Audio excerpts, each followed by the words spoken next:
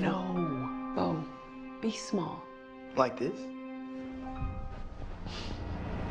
The first time I heard about the Emmett Till event, I was in elementary school.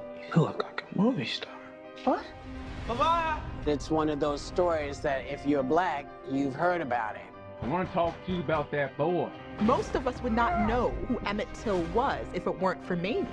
The whole world has to see what happened to my son. Mamie was very aware and intentional about the power of the image to really bring awareness that would result in a level of change and activism and to galvanize people into doing something. You're not just my boo anymore. Orion exists to give a platform to the myriad of filmmakers like Chinoya that have something to contribute to the cinematic canon of American film. And I'm really, really committed to making movies, not just by us, but for us. We put Emmett's story in its proper context and history to understand how his story sparked the American Civil Rights Movement. We get to see how Mamie fights for justice. If something is happening to one of us, it is happening to all of us, and we witness her come into a particular kind of power and to be the progenitor of the civil rights movement. Those pictures of your son changed people's lives. Mamie turned tragedy into purpose, which is why we sit here today.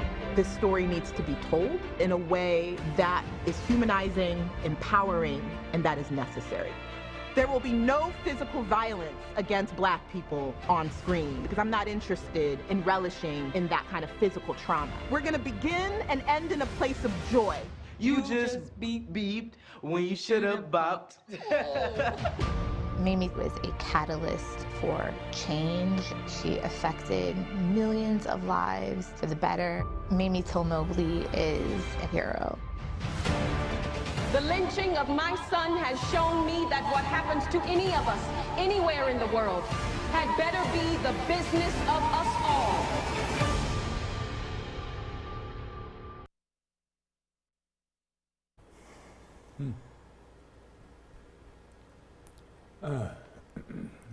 Welcome to the Gilchrist Experience.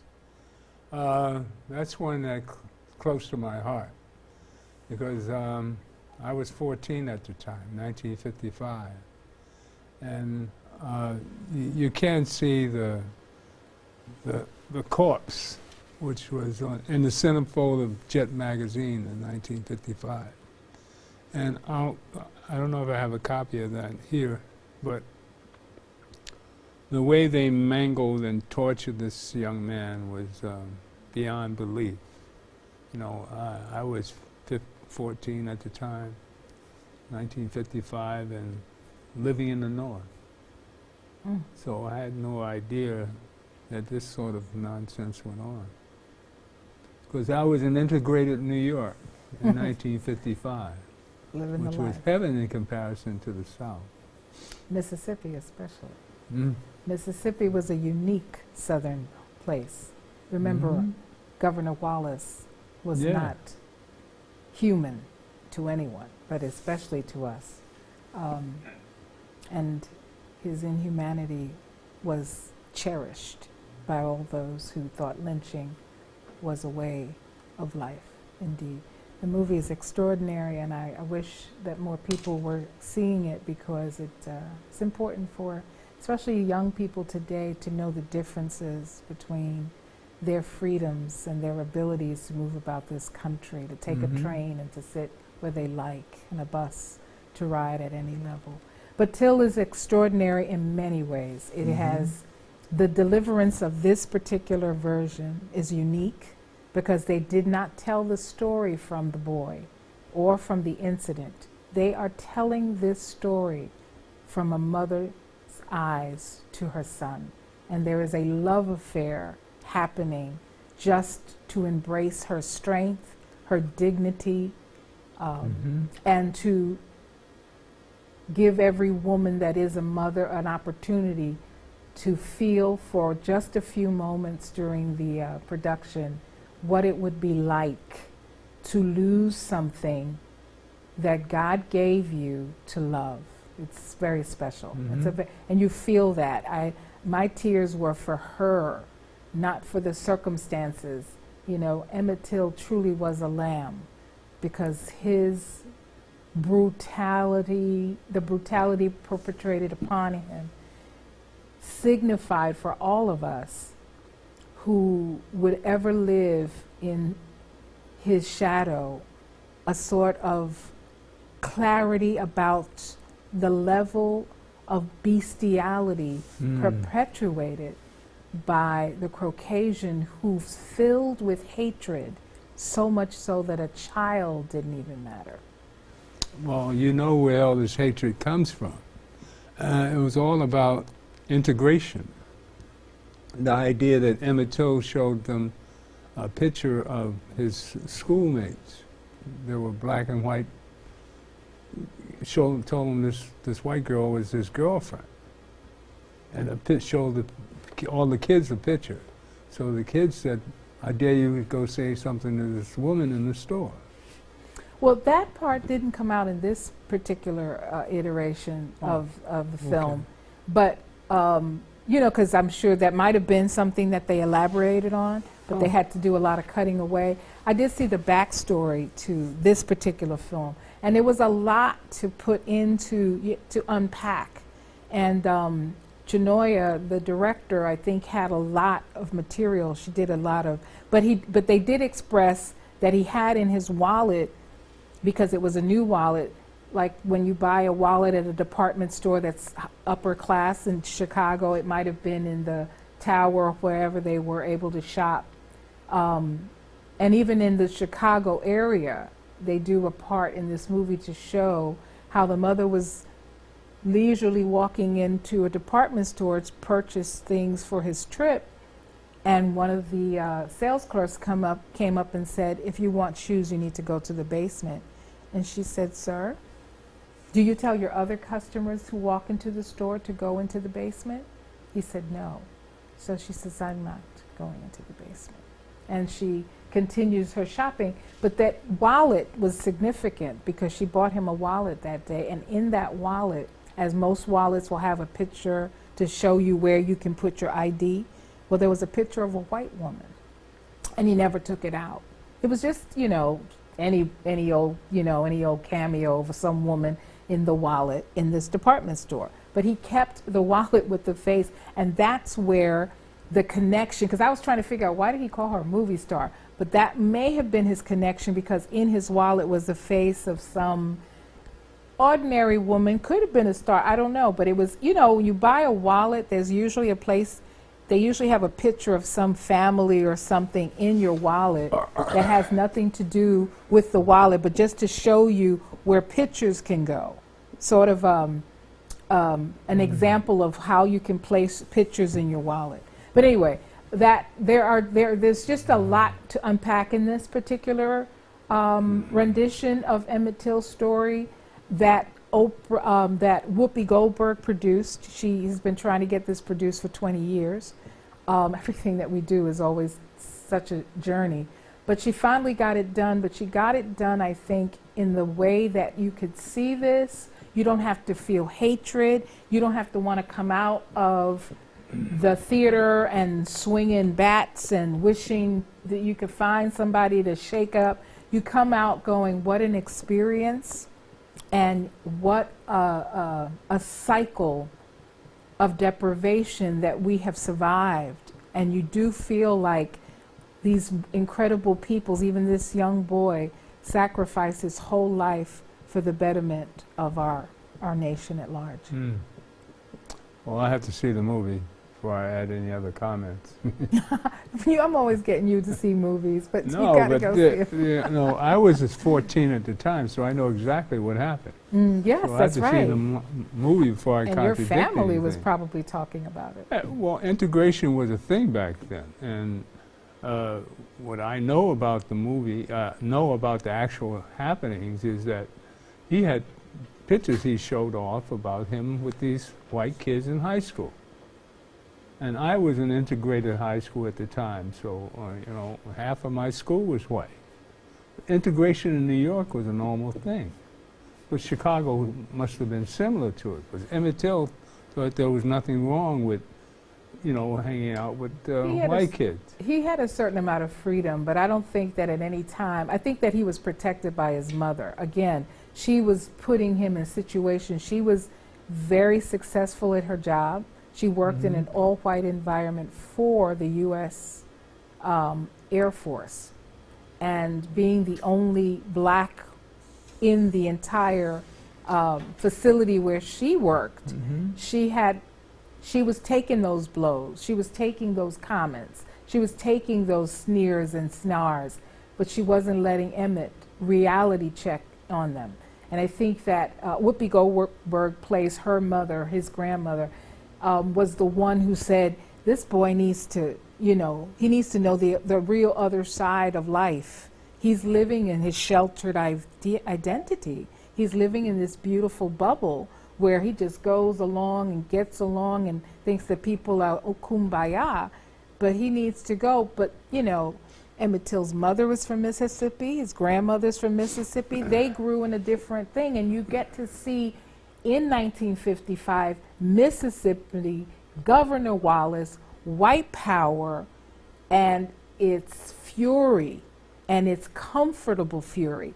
But we never see brutality perpetrated on this young man, thank God, because I don't think that if we were experiencing the movie and then realized that we have to watch this young boy be brutalized by white men the way that his body was mutilated, I don't think that we could enjoy the movie and the story that we really wanted to get, which is the story and the victory of this dignified woman who helped to launch the civil rights movement.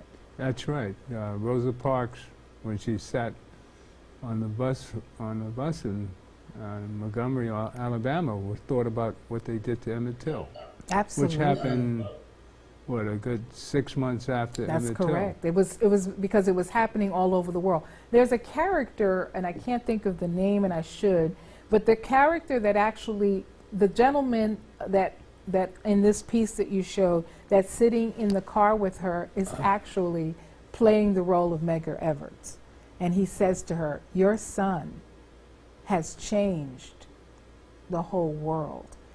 And this is something you can't just let go after we get your son buried and this case heard. Because the biggest thing that happened to her was, one, losing her son, and then two, trying to get the murderers convicted.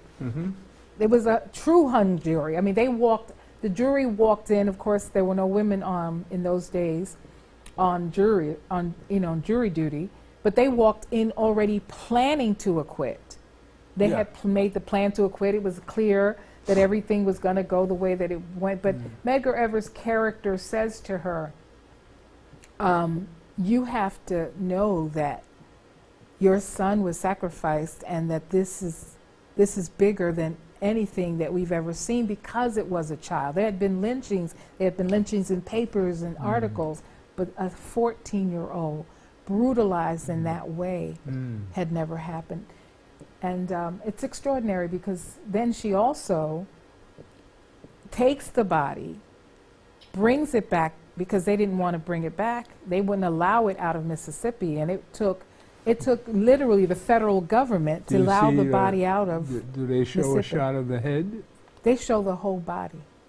And it's an incredible job that they did, because it looks exactly like the one on the Jet magazine. You know, Jet magazine had the body on the cover. Yeah. And it looks exactly like that. Yeah. So Center page. Yes, they sure did. I do remember that only because my father never threw out Jet magazine. And you know, when I got older in the 70s, I went through some Jet magazines just to see what fashions were. And that was a shocking thing to see, because, you know, I thought maybe that wasn't human, maybe that wasn't real. But the experience of this movie allows people to relive and understand that period of time and this period of time are not that different. We are rolling back rights that we had at the Supreme Court level. We are now still fighting for our right to remain free in a nation which we didn't ask to come to. So Do it's we very have? serious. Are you there, Graham? Yeah. Oh, yeah. okay. I'm here. Let's hear from Graham. I forgot you were there. Hi, Graham. Hi, Graham. Hi, good evening, Sister Kenya. Kenya. I remember this case. I remember vividly the photographs in Jet magazine. And for us, Jet magazine and Ebony magazine was our Facebook. The crushed face, it looked like, his face looked like an old shoe that had been soaked in water and then crushed up. His skin looked like leather. And the fact that she said, no, America is going to see what they did to my son. We need to be very aware of the fact, especially our young people, of the suffering of those who have gone before them and their responsibility to maintain themselves in a proper manner. And what I mean is the right to vote took more than 60 years to come about. And the people who started the movement were not alive when the right to vote was given in 1964. And ironically, the right to vote was given to us in 1869. That's correct. And that's the 15th Amendment.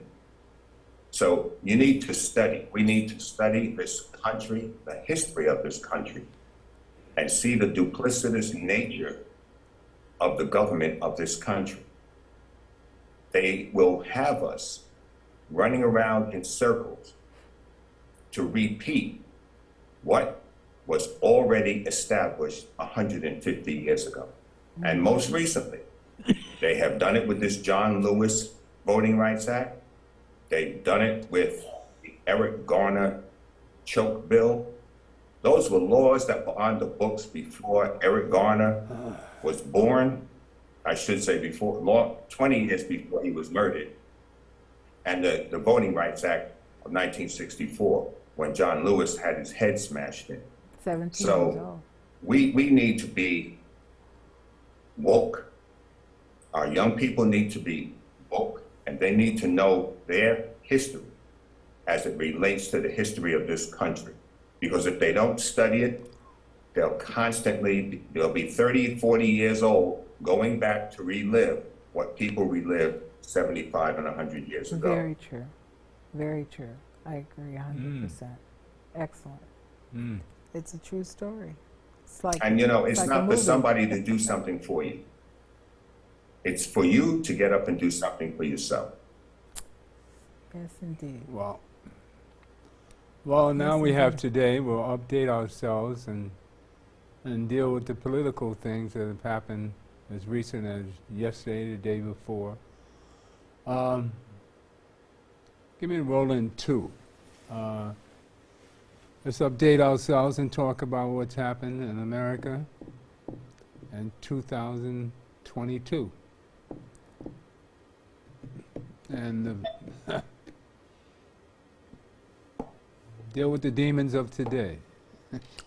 We begin right now with new steps, though, in this insurrection probe. Bannon on trial for hiding evidence from this committee, while an aide to indicted Trump advisor Peter Navarro is breaking with the Navarro-Bannon approach and is cooperating and testifying today to the committee as it readies its final primetime hearing featuring a rarity in the Trump administration, people who actually quit in protest over his actions.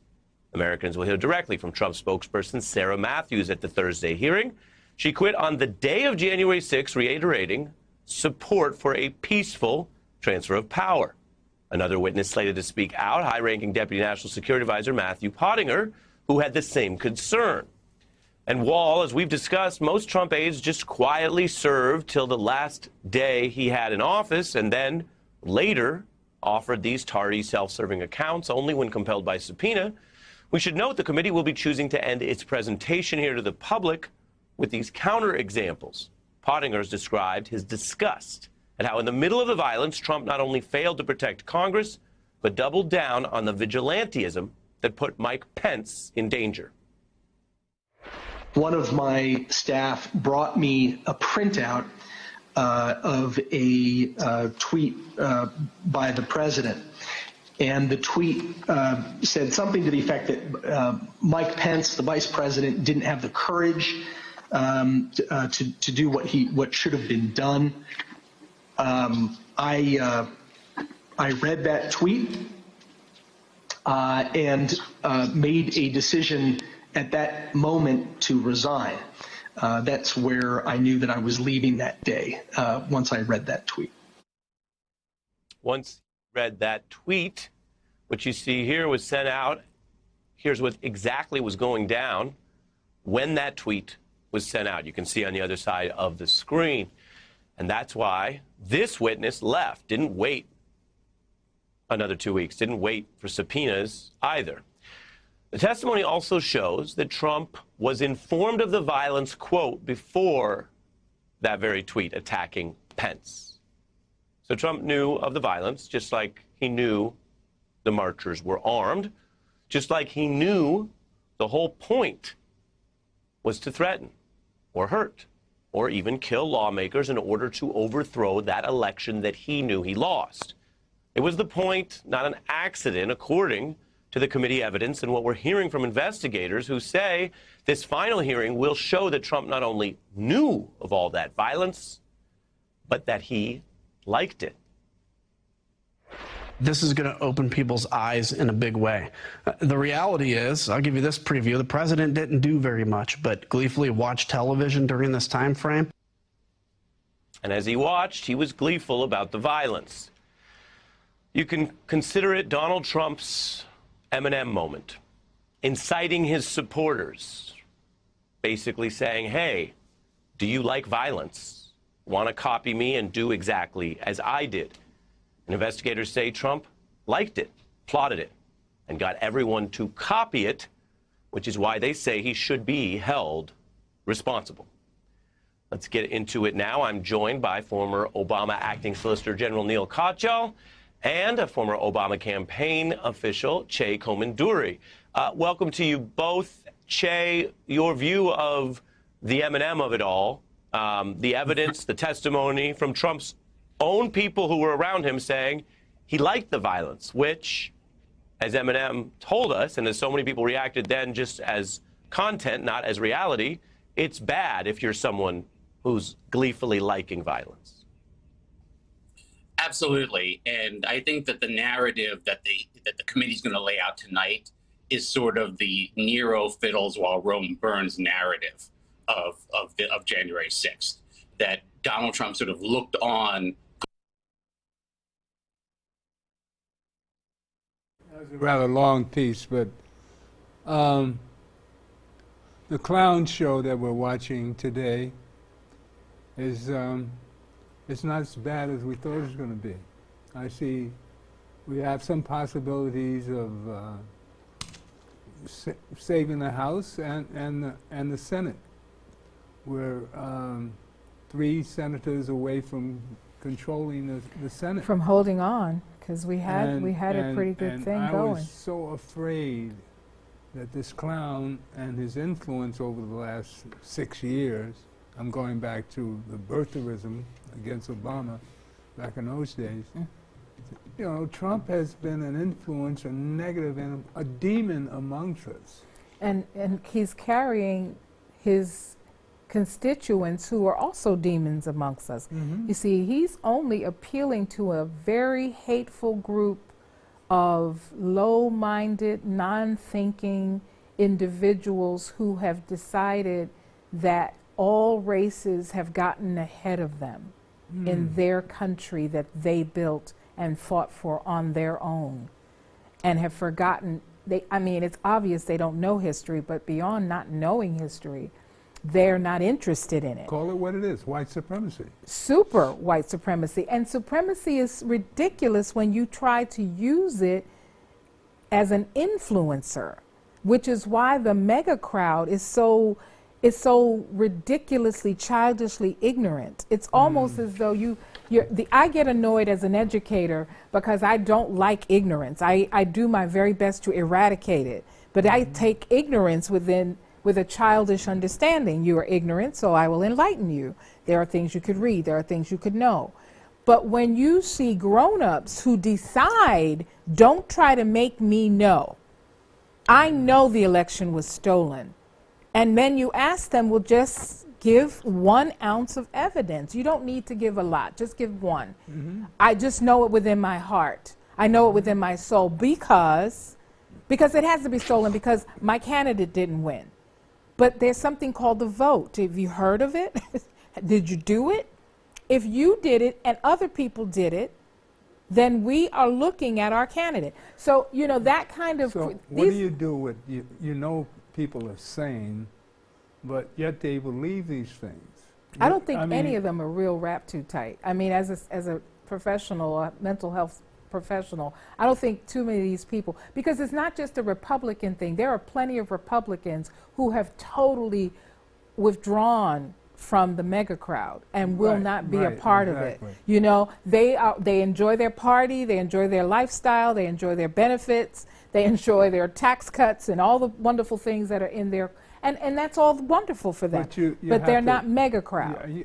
White supremacy reigns all over white society.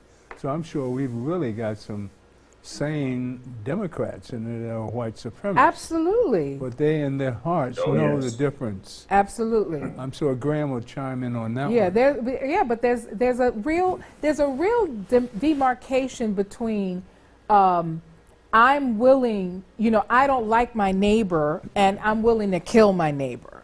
My neighbor's noisy. On Friday nights I can't get my sleep. I've asked this guy to shut up. I don't like my neighbor. It's another thing to go in my house, take a sawed-off shotgun and shoot him.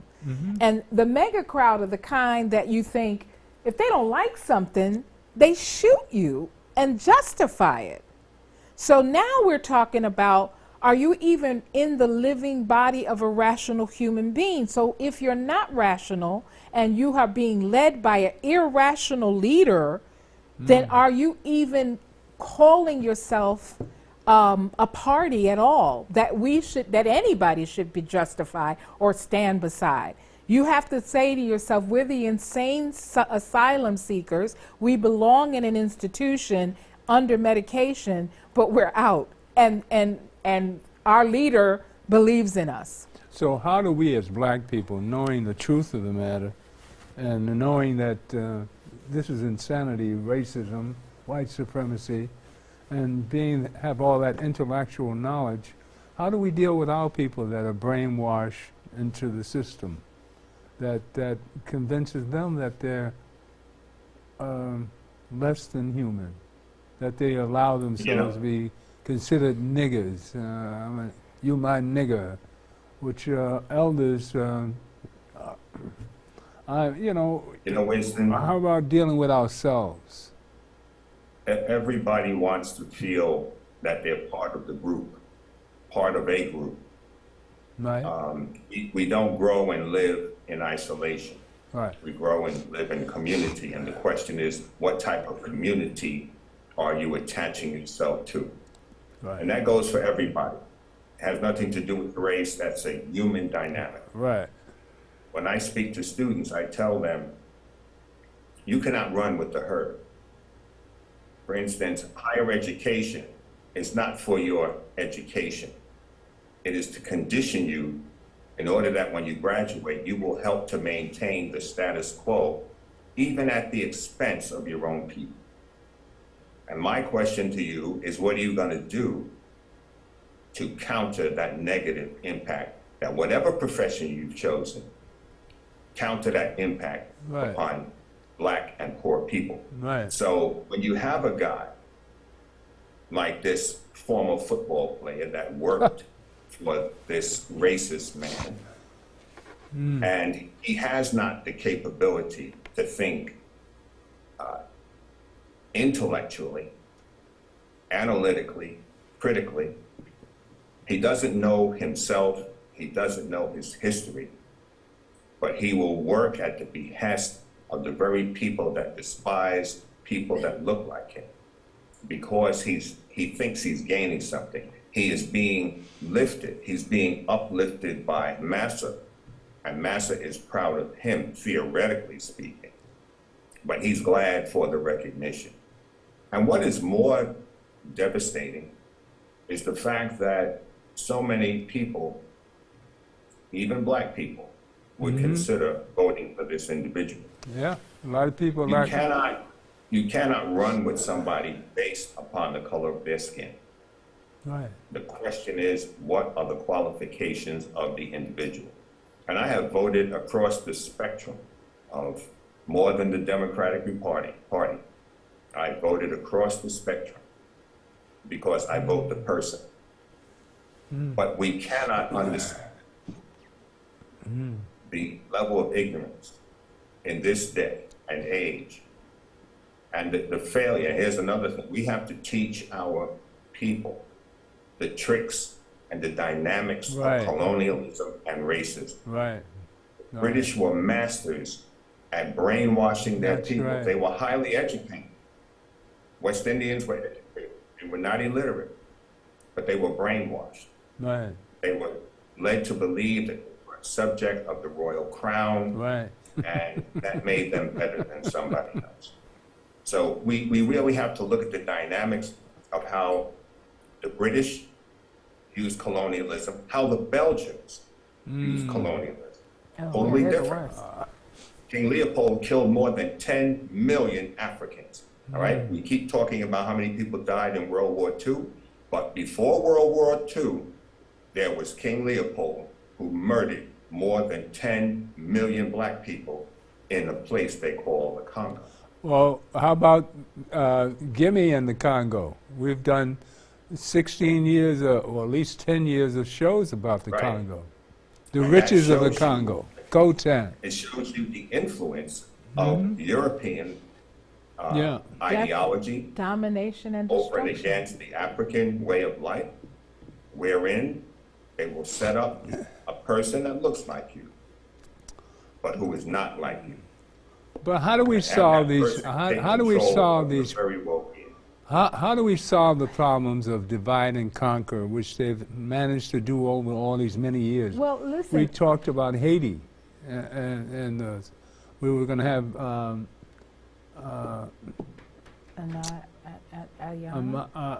Anaya on last week, but you know the problems in Haiti, which was its first liberated black country back in the 1800s. Matter of fact, that's how America got the Louisiana Purchase, because they were spending so much money fighting the French. The French decided to sell us the land so they could get money to fight the war. But we have, and then the United States looted Haiti and took all the gold out of their treasury in 1920. And still is looting. They still have people have the straw in the middle of the. So how do we get together as a team to stop all this? But this is the thing, that each person has an obligation to get actively involved in the nation of which they spawned. Okay. I do not believe that it is my duty to go to Haiti to lead them out of their distress, but I do know that there's a lot of Haitians who liberated themselves in America, who have the language skills, the knowledge skills, and now the financial wherewithal to do incredible things. You know, when Haiti had its earthquake, I was at City College, we raised money, we got mosquito nets, we got food sent there, we were able to have students who could fly into the country because they had relatives there with the things that we had fundraised. But what I noticed is that individually, even indigenous Africans who are from the Congo will go through this tremendous, oh, it's terrible, or Rwanda, when we saw that genocide. Yeah. What the issue is that I think that when you come to America, especially in the last 100 years, if you come to America, you, myself, many others, we have a history from the 1619 Project, right? We've now got 400 years. Right. I didn't come to America because I got a visa or I thought it would be a great place to raise my children. I came to America as a piece of property that I had to stay free in my mind. So now we have to get this free. Now we're free in our bodies and locked in our minds. And as an educator, I do my very best to collect individuals and free their mind. But I often speak to my indigenous African students. When I say they're indigenous, they may have been born here, and they'll tell you, I'm from the Bronx, I'm from Brooklyn. I go, where's your mother from? My mother, well, Guinea. And they say it with such a, you're going to ask me that? And I'm saying to them, that is the nation that your soul belongs to, that where your parents come from.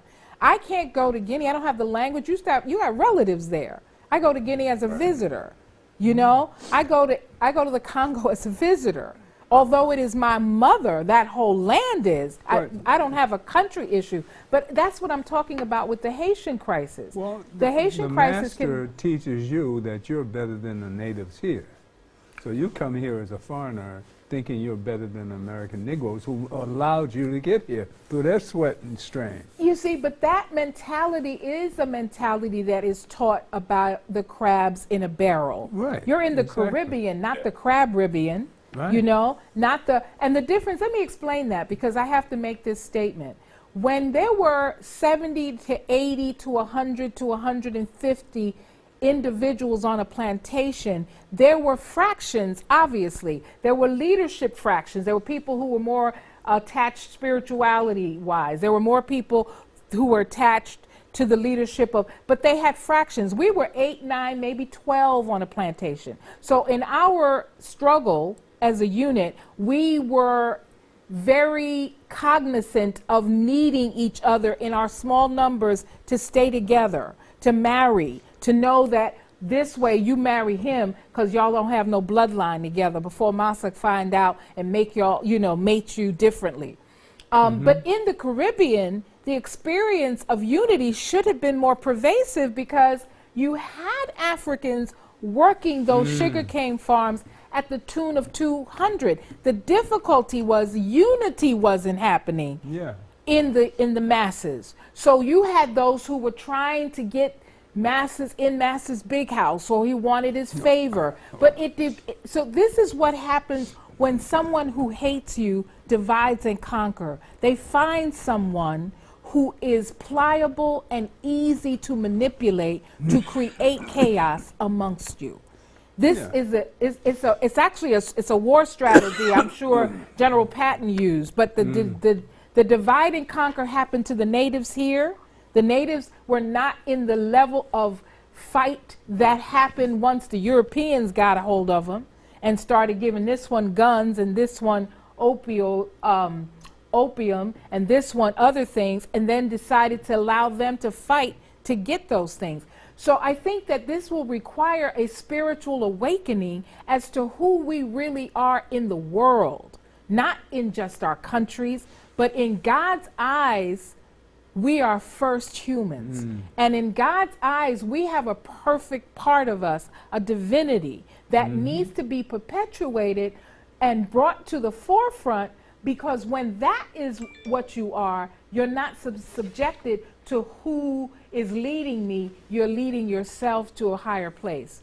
And I just, for the record, Haiti will go through this and Haiti will survive. They have been through so much more since Clinton removed Aristide. And yes, they survived. And they will come back and they will be resilient and resurgent and survive. It's the fact that they're rich in oil and gold and other minerals, just like everything, just like Africa. It's filled with diamonds and gold and minerals and ore that the whole world exploits, yet the people who live there pass by it. Well, we had the situation in the Congo where coltan which is a mineral used in computers to keep the heat down. And you can go there, there's no mining costs because you can pick it out of the mud. And this is one of the processes we went through showing with a native of the Congo, Professor Gimme. And we did a million shows on it. Wow. I mean, we did 10 years of shows on this. And we actually reached a point where President Obama got involved. So it's a whole history of what the struggle of being black on the planet. So we try a little bit of here to try to solve some of the problems, I'll make you aware of some of the instances. But we're going to stay home here, which we spent 400 years here. So this is my home base. I've been here 81 years, so I don't plan to go anywhere but concentrate here. And this turkey, Trump, has been causing a lot of problems, and it's about time we put him in jail. This is Graham's favorite theme here, because he figured the Attorney General hasn't done his job. He should have been locked up a year ago. Yes, indeed. Run item 3, and we'll get to the, Graham's favorite subject, locking up Trump. All right? Just to get the beast off the street. Yeah.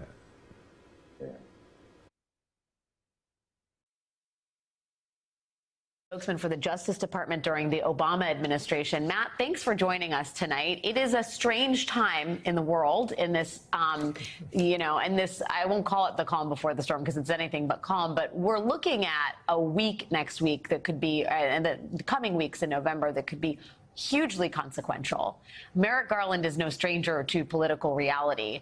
What do you make of, first of all, what do you think his best options are here? There is talk of a potential special counsel appointment.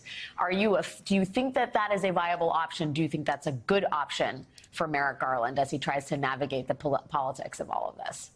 Well, I can understand why they would consider it, because certainly once Donald Trump is a declared candidate for president, there are people who are going to question the integrity of an attorney general of the opposing political party investigating him as a declared candidate. But I think it would be unwise. The reason to do it is to bring unquestioned integrity to the investigation and instill public confidence. But let's be honest, the people who are supporters of Donald Trump aren't going to believe that this investigation is fair no matter who is conducting it. Merrick Garland could appoint Bill Barr as the special counsel, and Donald Trump would say it was a witch hunt against him, and the people that want to believe that are going to believe that. And it would be fine to go down that path if there weren't downsides to appointing a special counsel, but I think there are some practical and political and governance reasons not to do it. The most important is a practical one, that with him running for president, the thing that the Justice Department needs to have at top of mind is speed. They need to move quickly, because the political and the legal calendars start to interact with each other in ways that are really complicated and really unhealthy. If you think about the case potentially being indicted, let's say it was indicted in the spring. If you were indicted in the Mar-a-Lago case in March or April, you're looking at probably a year until trial. So then he would be coming to trial in the spring of 2024, right in the middle of the Republican primaries. If he were convicted, he would be sentenced sometime over the summer, maybe the fall, right in the middle of a general election if he's the nominee. And then you have this kind of bizarre scenario of if he was sentenced to jail time, having to report to jail, maybe around the time of the election or in the period between election and inauguration. So it gets really complicated. And what that means is the Justice Department needs to move quickly, and it takes time to appoint a special counsel. It takes time for them to hire staff and go through the case files and the legal theories. So I think it would be a mistake for a number of reasons, most importantly, that practical one of speed. So what is the utility of kind of floating this idea that they're considering a special counsel if it's not really a viable option, if it doesn't actually alleviate any of the political pressure on Garland or Biden for that matter? Well, I suspect they might actually be considering it. I don't know that they meant to float this. There's some very good reporters reporting on the Justice Department that might have dragged this out. They probably are weighing it because there is an attraction to it. Look, if you're the Attorney General, you're thinking, I'm going to come under all this criticism. The way I can make this decision look more fair and I can instill public confidence in it is to make sure, let's say I appointed a Republican to be the special counsel, and then people will know that I've accepted a recommendation from a Republican appointee. It can't be questioned as unfair. But I have to tell you, there are kind of political and governance reasons not to do it as well. The political reason, I'll just say, anytime a special counsel is appointed to investigate a president, or in this case, a former president, it automatically becomes kind of seen in the public eye as a match between that prosecutor and the president. Think of Ken Starr versus Bill Clinton, or Mueller versus Trump. This would be the special counsel versus Trump. Versus if it's a U.S. attorney and AUSAs, assistant U.S. attorneys who bring cases in their districts against people all the time, then you're just having Donald Trump be treated like every other citizen of the United States, investigated and prosecuted for crimes just like every other citizen. You don't have this same kind of political target placed on a special prosecutor's back in the way that we saw Donald Trump put a target on Bob Mueller's back and mobilize his allies in Congress and mobilize the right-wing media against him. He'll do that anyway against the Justice Department, but I think it's a little different if you just have career prosecutors handling this case in the normal order of business. Yeah, denying Trump the straw man seems critical in all of this. What's your expectation in terms of a criminal indictment for Mar-a-Lago, given the fact that Kash Patel was interviewed yesterday, the sort of high priority targets, if you will, are all they're in the mix at this point? That, I think, to the outside world signals that this thing may be coming to a close. Do you think Merrick Garland is going to issue an indictment this month?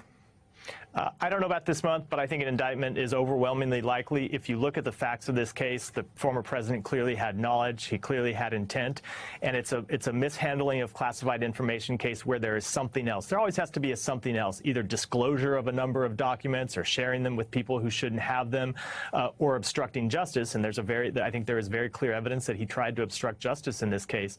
I think the evidence is pretty conclusive, and so I suspect that once the election is over, you may not see an indictment this month, but you're going to see the Justice Department move to continue to call witnesses before the grand jury and maybe take some more overt steps that they haven't taken to try to move pretty quickly to bring an indictment in this case. If not this month, I think in the very coming months, because look, Merrick Garland is not unaware of this political calendar that I laid out at the beginning and how that interacts with the legal calendar. He can't be unaware of the need to move quickly in this case.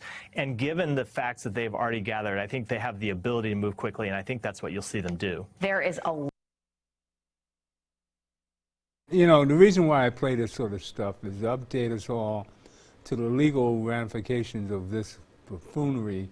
I don't know why I call it buffoonery, but it seems like such a joke that this man gets away with the nonsense that he's performed over the last 6 years. I mean, especially January 6th. I mean, these guys went in there and beat up the cops. They killed them. They killed some. 5 died, luckily. Now, why didn't they shoot down the mega people? Because they were representing the president. This guy, now, what's even real, I mean, Graham, you'll jump on this one, stealing secret documents, nuclear secrets, and selling them to the Koreans, the Russians, the Saudis, wherever he sold them. Now, you know this man needs the money. I mean, what's happening? I mean, this goes on in America? Everybody's trying to be so fair to him? I mean, what's going on? Not everybody's trying to be fair to him. The issue is not everybody's trying to be fair to him. People are asking the same question you are. There are Republicans who are saying, why is he still on the street? Why is he still talking to people? Why is he still showing up places? It's a very good example of unjust justice. That we get to see that there is justice for a crew over here, and there's a crew that are above the law, and it has to be stopped. It has to be stopped for the people who claim that this is their country. Yeah. They need to say it because we've already said it. It's our country too. It is, and we aren't going anywhere. So we're watching it to say, okay, great white man with great white money, what are you going to do with this loose lunatic in your midst? Because he's in your midst too. They're the people making the money. Yeah, well, it's selling the papers. Right, they're like, oh my God, we won't have any news anymore. You'll have news, just not a lunatic. Like Musk. What do you say, Graham? Your favorite subject, right? Graham, did you catch a lot of this? Oh, his sound is off. You're mute. You're mute. You're on mute.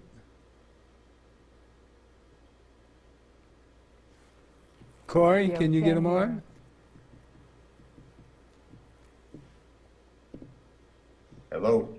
there you go. Okay. All right. Yeah, I've been saying this since last year. This man with his foot dragging has been enabling Trump and his minions. The man has been useless. This is a classic example, and you can go back to Emmett too. All right? The guy walks, the guys walk, the woman lies, everything is clear.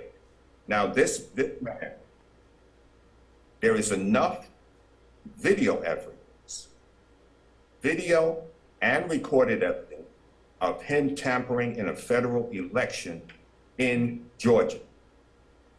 He should have been indicted last year. Absolutely. This is absolute, I'm not gonna say the word, it's BS. This attorney general, and forget about them assigning a special prosecutor. That's nonsense. That's another step to drag these cases out beyond statute of limitation and everything else. I have sent police officers to prison. I've sent union delegates to prison. I didn't care who it was. You committed the crime. You went to prison. And you are showing the people of this country that if you have the right position, you can avoid prosecution. And that will set a precedent, because if I stole federal documents, why are they chasing this guy that was a technician for the CIA, and they were chasing him all over Europe because he revealed certain things and took certain documents, and he went to Russia. Why are they chasing him? You got a guy sitting right here that has stolen your documents, and you're pussyfooting around with this guy. Oh, would you give them back? Maybe, maybe you could be so kind. The guy's a freaking thief. He should have been locked up. And this is showing the people that there will be precedent in law. If you're going to charge me with theft or the theft of federal documents, and you let him go, what are you going to say to me?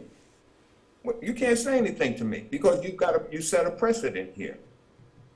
And this is showing the left, what I call the left wing, the crazy white people, that they can go out and do what they want to do. That's the right word. And their system is going to protect them. Yeah, with impunity. This has to stop.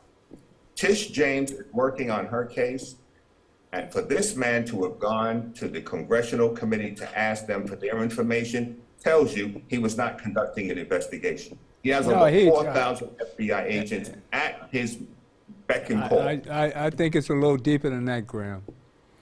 Oh, no. Let me tell you, don't try to tell me about what I know and what I do.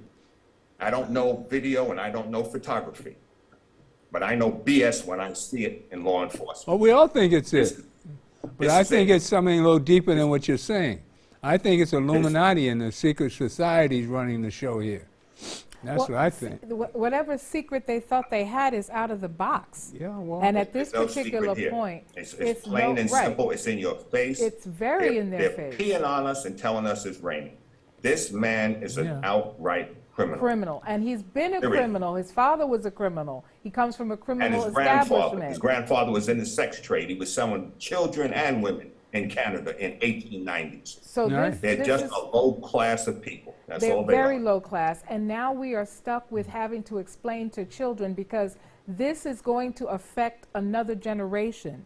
We can't even get, we can't even get reasonable gun laws, because we're in a position now where we are looking at what justice isn't. It isn't fair. It isn't just. It has no balance. If it's fair, it should be just. It is fair to say that Donald Trump has broken enough laws to be in jail. There's no let's find a way to get him. It's you found a way to get him. Go take him away, so that at the very least we know that there is no one too big for jail. No one. But we aren't seeing that. We're seeing, it's really crazy, because it's almost as though Trevor Noah was doing a comedy sketch on it. He said President Trump should be living in an African country where he can cool and be in charge. because, and he was putting different hats on his head, you know, the Mobutu hat, the other hats of other African leaders. And I was amazed by it, but I was chuckling because I'm saying he is exactly that. He is a coup that actually happened and is standing on the premise of I will do it again. Give me an opportunity, ladies and gentlemen, to be your coup leader, and I will coup government again. I will get in, and this time I will never leave. And we're listening to this. Well, I'm going to keep the faith, and I say, well, God didn't get us this far to leave us now. I don't believe this fool is going to get away with this. I think somehow he's going to be indicted before the year's out. I pray It's so. got to. It's got to. This can't go on too much longer. I mean, the Mar-a-Lago case alone, I mean, never mind all the rest of the stuff, but secret documents, nuclear secrets being sold to the Koreans, the Saudis, I mean, how are they, I mean, how does this make us look to the rest of the planet? And we're out there fighting wars about democracy. And the fools. It's a joke. Yeah, I mean, it makes us look like a joke. So we've got to clean it up. All of us got to, we just got to pray hard and do as much as we can. And vote, people. And vote. Vote. Get over this, I don't vote because it doesn't matter. Make sure we can control the Senate so It Biden can matters. do whatever we can to improve our life, our lives. And this is no time to quit on being American and saying there's no place else to go. This is no time to quit on being human That's right. being flesh and blood and Yeah, divine. amen. God does not allow us the opportunity to walk away from a fight that's in front of us that says your life is at stake. That's right. Our lives, our children's lives and their children's lives are at stake for truth and justice and what is fair and just in the world at large, not just America. It's gotta happen. This country is affecting other countries.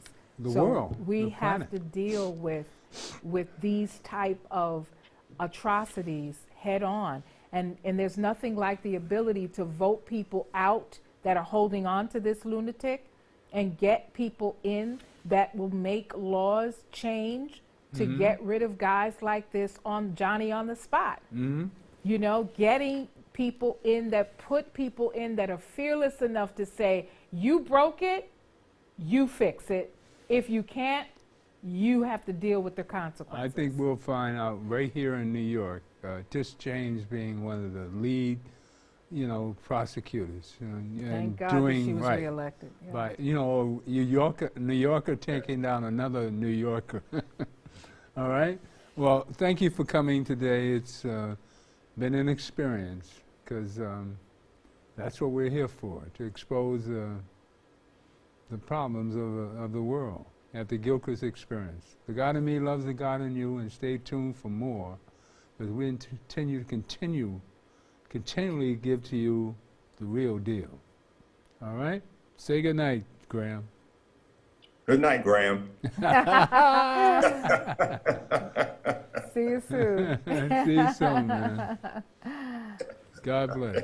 We got 30 seconds.